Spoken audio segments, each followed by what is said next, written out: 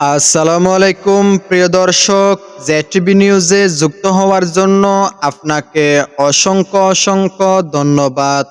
আজকের দিনের আবহাওয়া কেমন থাকছে এবং কোন কোন জায়গায় বৃষ্টিপাত হতে পারে, সাগরে কোনো ঘূর্ণিঝড় আছে কিনা তা নিয়ে বিস্তারিত রিপোর্ট। আজ সারাদিনের আবহাওয়াটা কেমন দেখাচ্ছে, আমি যদি আপনাদেরকে রাউডারে গিয়ে দেখাই তাহলে আজ 10টার দিকে আকাশটা মেঘলা থাকবে, তবে রোদও দেখা দিচ্ছে। 11টার দিকে ঝড় বৃষ্টি রয়েছে, তবে 12টার দিকে কোনো বৃষ্টির সম্ভাবনা নেই। 1টার দিকেও ঝড় বৃষ্টি রয়েছে এবং 2টার দিকেও একই অবস্থা। 3টার দিকে পুরো আকাশটাই মেঘলা এবং 4টার দিকেও একই অবস্থা, 5টার দিকেও একই অবস্থা।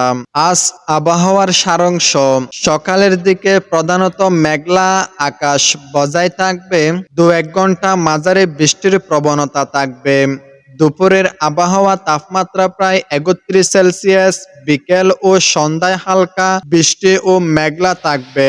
সন্ধ্যার পর থেকে রাত পর্যন্ত আকাশ মেঘলা থাকার সম্ভাবনা রয়েছে এবং কিছু সময় বৃষ্টিপাত হতে পারে। বাতাসের গতি সাধারণত 10 থেকে 15 কিলোমিটার ঘন্টা, কখনো কখনো বিকেলের বৃষ্টিতে হালকা জড়ো হওয়ার থাকবে।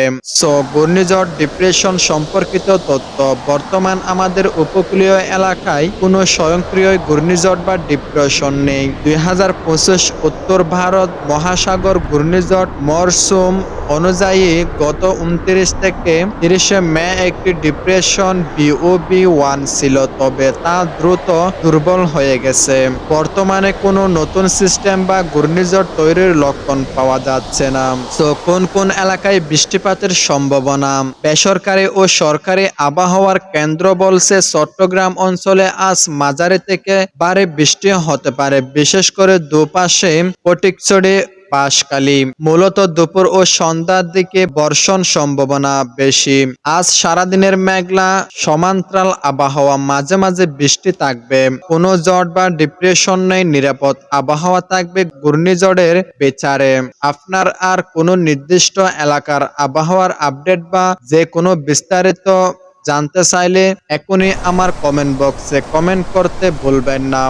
বন্ধুরা, আপনার এলাকায় বৃষ্টিপাত হচ্ছে কিনা বা বৃষ্টিপাত হওয়ার সম্ভাবনা আছে কিনা তাও আমার কমেন্ট বক্সে কমেন্ট করে জানাবেন। পরবর্তী এরকম নেক্সট আবহাওয়ার আপডেট পেতে আমার চ্যানেলটি এখনই সাবস্ক্রাইব করে রাখুন। Mohammad Junaid, JTV news.